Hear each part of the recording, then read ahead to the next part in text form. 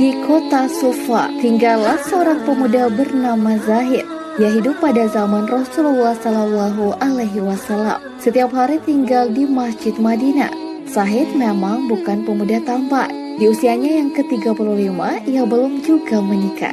Lalu seperti apakah kisahnya, sahabat beriman?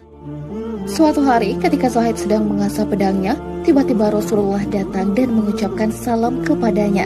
Zahid terkejut dan menjawabnya dengan gugup, "Wahai saudaraku Zahid, selama ini engkau tampak sendiri saja." Sapa Rasulullah Sallallahu Alaihi Wasallam. "Allah bersamaku, wahai Rasulullah," jawab Zahid. "Maksudku, mengapa selama ini engkau masih lajang? Apakah tak ada dalam benakmu keinginan untuk menikah?" Tanya beliau lagi. Zahid pun menjawab, "Wahai Rasulullah, aku ini lelaki yang tak punya pekerjaan tetap. Apalagi wajahku sangat tak memenuhi syarat. Siapa wanita yang mau denganku? Mudah saja kalau kau mau," kata Rasulullah menimpali.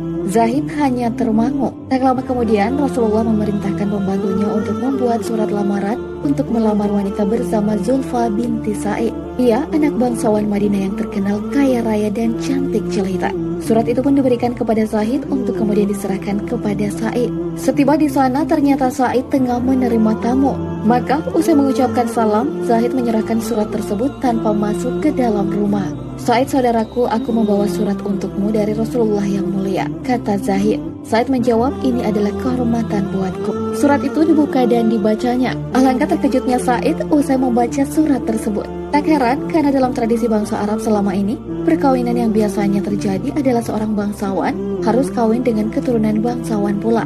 Orang yang kaya harus kawin dengan si kaya juga. Itulah yang dinamakan sekufu atau sederajat. Akhirnya Sa'id bertanya kepada Zahid, "Saudaraku, betulkah surat ini dari Rasulullah?" Zahid menjawab, "Apakah engkau pernah melihatku berbohong?" Dalam suasana demikian, Zulfa datang dan bertanya, "Ayah, mengapa engkau tampak tegang menghadapi tamu ini? Apa tak lebih baik bila ia disuruh masuk? Anakku, dia adalah seorang pemuda yang sedang melamarmu. Dia akan menjadikan engkau istrinya," kata Sa'id kepada anaknya. Di saat itulah Zulfa melihat ayahnya, ia pun menangis sejadi-jadinya. "Ayah, banyak pemuda yang lebih tampan dan kaya raya. Semuanya menginginkan aku." "Aku tak mau, ayah," jawab Zulfa merasa terhina. Sa'id pun berkata kepada Zahid, "Saudaraku, engkau tahu sendiri anakku merasa keberatan. Bukannya aku hendak menghalanginya. Maka sampaikanlah kepada Rasulullah Sallallahu Alaihi Wasallam bila lamaranmu ditolak." Mendengar nama Rasulullah Sallallahu Alaihi Wasallam disebut sang ayah, Zulfa berhenti menangis dan bertanya, "Mengapa ayah membawa-bawa nama Rasulullah Sallallahu Alaihi Wasallam?" Sa'id menjawab, "Lelaki yang datang melamarmu ini datang karena perintah Rasulullah." Serta-merta Zulfa mengucap istighfar berulang kali dan menyesali kelancangan perbuatannya itu. Lirih, wanita muda itu berkata kepada sang ayah, "Mengapa ayah tidak mengatakannya sejak tadi bila yang melamarkan lelaki itu adalah Rasulullah Sallallahu Alaihi Wasallam? Kalau begitu keadaannya, nikahkan saja aku dengannya. Karena aku teringat firman Allah, sesungguhnya jawaban orang-orang mukmin bila mereka dipanggil Allah dan Rasulnya agar Rasul menghukum mengadili di antara mereka adalah ucapan, kami mendengar dan kami patuh. Dan mereka itulah orang-orang yang beruntung." Quran Surah An-Nur ayat 51. Hati Zahid makin melambung entah kemana. Ada seburat sukacita yang tergambar dalam rona wajahnya. Bahagia itu pasti ia rasakan saat itu. Setiba di masjid, ia bersujud syukur. Rasul yang mulia tersenyum melihat gerak-gerik Zahid yang berbeda dari biasanya. "Bagaimana Zahid?" tanya Rasulullah. "Alhamdulillah diterima wahai Rasulullah," jawab Zahid. "Sudah ada persiapan?" tanya Rasulullah lagi. Zahid menundukkan kepala sambil berkata, "Rasulullah, aku tidak memiliki apa-apa." Rasulullah pun menyuruhnya pergi ke rumah Abu Bakar, Utsman dan Abdurrahman bin Auf.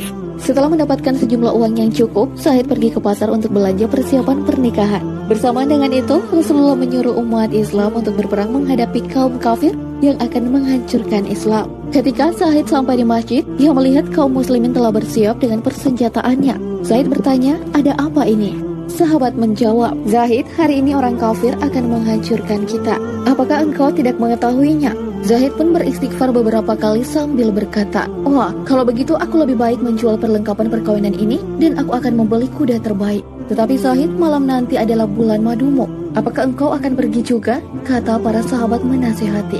Lalu Zahid menyitir ayat, "Jika bapak-bapak, anak-anak, saudara-saudara, istri-istri kaum keluargamu, harta kekayaan yang kamu usahakan, Perniagaan yang kamu khawatiri kerugiannya dan rumah-rumah tempat tinggal yang kamu sukai adalah lebih kamu cintai daripada Allah dan Rasul-Nya dari berjihad di jalannya, maka tunggulah sampai Allah mendatangkan keputusannya. Dan Allah tidak memberi petunjuk kepada orang-orang fasik. Quran Surah At-Taubah ayat 24. Akhirnya, Zahid melangkah ke medan pertempuran sampai ia gugur. Dan Rasulullah berkata, hari ini Zahid sedang berbulan madu dengan bidadari yang lebih cantik daripada Zulfa.